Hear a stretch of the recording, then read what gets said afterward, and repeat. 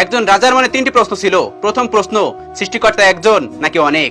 দ্বিতীয় প্রশ্ন, সৃষ্টিকর্তা যদি থাকেন তাহলে কোথায় থাকেন, আর সৃষ্টিকর্তাকে কোথায় পাওয়া যাবে, এবং সৃষ্টিকর্তা কি করেন? ওই রাজা, উনার রাজ্যে যত জ্ঞানী লোক ছিল সবাইকে এই তিনটি প্রশ্ন করে, সৃষ্টিকর্তা একজন নাকি অনেক, কোথায় থাকেন, উনি কি করেন।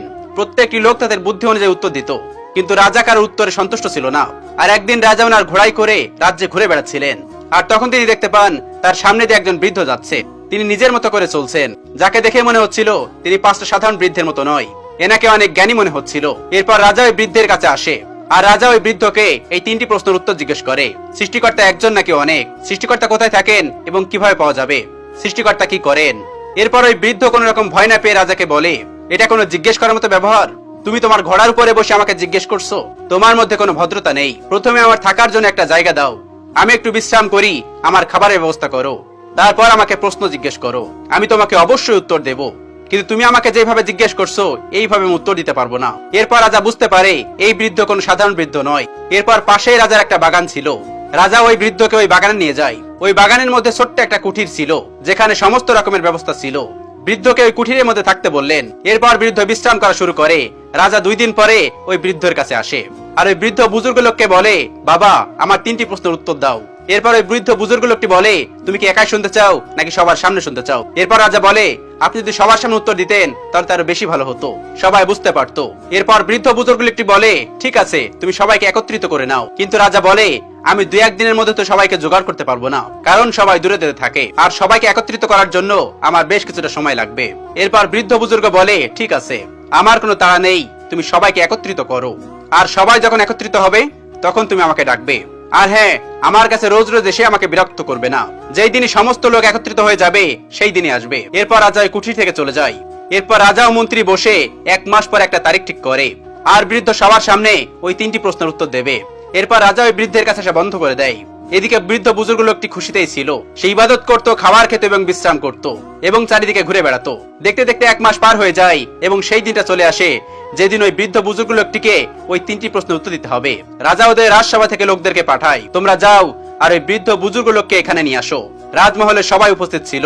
এরপর ওই বৃদ্ধকে মহলে নিয়ে আসা হয়। বৃদ্ধকে বসার জন্য একটা সিংহাসন দেয়, কিন্তু বৃদ্ধ বুজুর্গ লোকটি বলে, আমি সিংহাসনে বসতে চাই না, আমি মাটিতে বসে আপনার সমস্ত প্রশ্নের উত্তর দিতে চাই। এরপরে বৃদ্ধের কাছে হাত জোড় করে বলে, বাবা, আমার 3টি প্রশ্ন ছিল, যে 3টি প্রশ্নের উত্তর আপনি দেবেন। এরপরে বৃদ্ধ বুজুর্গ লোকটি বলে, ঠিক আছে, তোমার প্রথম প্রশ্নটি কি আরেকবার বলো। এরপর রাজামশাই বলে, আমার প্রথম প্রশ্ন ছিল সৃষ্টিকর্তা একজন নাকি অনেক। আমার দ্বিতীয় প্রশ্ন, সৃষ্টিকর্তা কোথায় থাকেন এবং ওনাকে কোথায় পাওয়া যাবে। এবং আমার তৃতীয় প্রশ্ন, সৃষ্টিকর্তা কি করেন।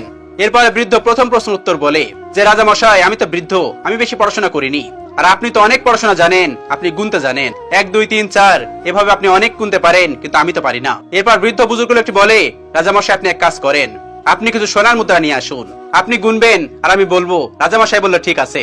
এরপর একটা থালাতে বেশ কিছু সোনার মোহর নিয়ে আসা হয়। এরপর রাজা গোনা শুরু করে। এরপর একটা মোহর হাতে নেয়। এরপর রাজা বলে 1, এবং বৃদ্ধ বুজুর্গ লোকটি বলে, একদম ঠিক। এবার ওই মোহরটি পাশে রেখে দেয় এবং আরেকটি মোহর হাতে নেয়। আর রাজা বলে 2। এরপর বৃদ্ধ বুজুর্গ লোকটি বলে, তুমি মিথ্যা বলছো, দেখো তো তোমার হাতে কয়টা মোহর আছে, একটা কি দুটো?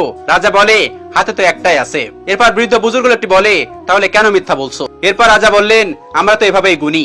এরপর জ্ঞানী বৃদ্ধ বলে, ওটা তো লেখা আছে, কিন্তু দেখে তোমার কি মনে হচ্ছে? রাজা বলে, হ্যাঁ, হাতে তো একটাই আছে। এরপরে বৃদ্ধ বলে, তাহলে দুটো কেন বলছো? এরপরে রাজা তৃতীয় মোহর হাতে নেয় আর বলে 3। এরপর বৃদ্ধ লোকটি আবার বলে, তুমি আবার মিথ্যা বলছো, তোমার হাতে দেখো তোমার হাতে কয়টা মোহর আছে, 3টে নয়, হাতে একটাই আছে। এভাবেই একটা মোহর সে একটাই, কিন্তু যখন গোনা হয় তখন প্রত্যেকটা মোহরের আমরা নিজের মতো করে নাম দিয়ে দিই। এরপর রাজা বলে, ঠিকই বলেছেন, হাতে তো সবসময় একটাই আছে, আমি 3 বলি, 4 বলি, 5 বলি, হাতে কিন্তু একটাই আছে। এরপর বৃদ্ধ লোকটি বলে, এভাবে সৃষ্টিকর্তা একজনই। যে প্রথমবার দর্শন পেয়েছে সে ভেবেছে, যে দ্বিতীয়বার দর্শন পেয়েছে সে 2 জন ভেবে নিয়েছে, যে তৃতীয়বার দর্শন পেয়েছে সে 3 জন ভেবে নিয়েছে, কিন্তু সৃষ্টিকর্তা কেবলমাত্র একজনই। এরপর রাজা হাত জোড় করে বৃদ্ধকে বলে, বাবা, এমন সমাধান আমি আগে কখনোই পাইনি, আমি মেনে নিচ্ছি যে সৃষ্টিকর্তা কেবলমাত্র একজনই। এরপর রাজা বলেন, এবার আমার দ্বিতীয় প্রশ্ন উত্তর দিন, সৃষ্টিকর্তা কোথায় থাকেন এবং কিভাবে পাওয়া যাবে। এরপর বৃদ্ধ বলে, তোমার এই প্রশ্ন শুনে তো আমার অনেক খিদা পেয়ে গেছে। এরপর রাজা বলে, আপনি কি খেতে চান? ওই বৃদ্ধ লোকটি বলে, 1 গ্লাস দুধ নিয়ে আসো। এরপর ওই বৃদ্ধের জন্য 1 গ্লাস দুধ নিয়ে আসা হয়। বৃদ্ধ ওই দুধের মধ্যে একটা আঙুল দিয়ে ওই দুধটাকে ঘোলাতে শুরু করে।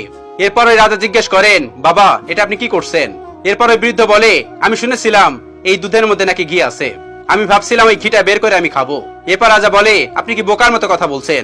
দুধের মধ্যে তো ঘি আছে, কিন্তু এইভাবে পাওয়া যায় না। এরপর জ্ঞানী বৃদ্ধ বলে, তাহলে কিভাবে পাওয়া যাবে? এরপর রাজা বলে, প্রথমে দুধটাকে জমাতে হবে, দই তৈরি করতে হবে, তারপর সেটাকে ঘোলাতে হবে, সেখান থেকে মাখন তৈরি হবে, সেই মাখনটা আবার আগুনে গালাতে হবে, তারপরেই ঘি পাওয়া যাবে। যদিও ঘিটা ওই দুধের মধ্যে আছে, কিন্তু এটা পাওয়া অতটা সহজ না।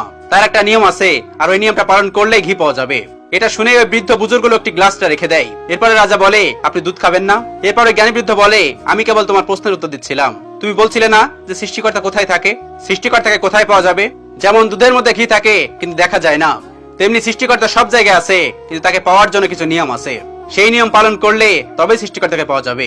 এরপর রাজা হাত জোড় করে ওই বৃদ্ধের সামনে বসে পড়ে আর বলে, সত্যি আপনার প্রশ্নের অনেক সুন্দর উত্তর ছিল, এমন উত্তর এর আগে আমি কখনোই পাইনি। এরপর রাজা বলে, আমার শেষ প্রশ্ন আছে, এই শেষ প্রশ্নের উত্তর দিন, সৃষ্টিকর্তা কি করেন? এরপরে বৃদ্ধ বলে, তুমি প্রশ্ন জিজ্ঞেস করছো আর আমি উত্তর দিচ্ছি, তাহলে তুমি এখন বলো, আমি তোমার গুরু নাকি তুমি আমার গুরু? এরপর রাজা বলেন, অবশ্যই আপনি আমার গুরু। এরপর বৃদ্ধ বলে, এটা কি রকমের ব্যবহার? তুমি সিংহাসনে বসে আছো আর আমি মাটিতে বসে আছি। এরপর রাজা বলে, তাহলে আমাকে কি করতে হবে? এরপর বৃদ্ধ বুজুর্গ লোকটি বললেন, তুমি সিংহাসন থেকে নেমে এসো, আমি ওই সিংহাসনে বসবো। এরপর ওই বৃদ্ধ লোকটি সিংহাসনে যে বসে পড়ে আর রাজা নিচে এসে বসে। তারপর রাজা তৃতীয় প্রশ্নের উত্তর শোনার জন্য অপেক্ষা করছিল। তারপর বৃদ্ধ আর কোনো কিছুই বলছিল না। এরপর রাজা বলেন, আপনি তো আর কোনো উত্তর দিলেন না। এরপর বৃদ্ধ বুজুর্গ লোকটি বলে, সৃষ্টিকর্তা এটাই করেন, ফকিরকে রাজা করে দেয় আর রাজাকে ফকির করে দেয়, আর এটাই সৃষ্টিকর্তা সব সময় করে থাকেন, আর এটাই সৃষ্টিকর্তার কাজ। প্রতিনিয়ত সবাইকে তাদের কর্ম অনুযায়ী তাদের পরিণাম দিতে থাকেন। এরপর রাজা ওই বৃদ্ধ বুজুর্গ লোকটির কাছে হাত জোড় করে বলে, আজকে আমি 3টি প্রশ্নের উত্তর পেয়ে গেছি। এরপর ওই জ্ঞানী বৃদ্ধ বুজুর্গ লোকটি রাজাকে আশীর্বাদ দেয় এবং ওই রাজ্য থেকে চলে যায়। ভিডিওটি ভালো লাগলে শেয়ার করে অবশ্যই কাছের মানুষগুলোকে দেখার সুযোগ করে দিবেন। Thanks for watching.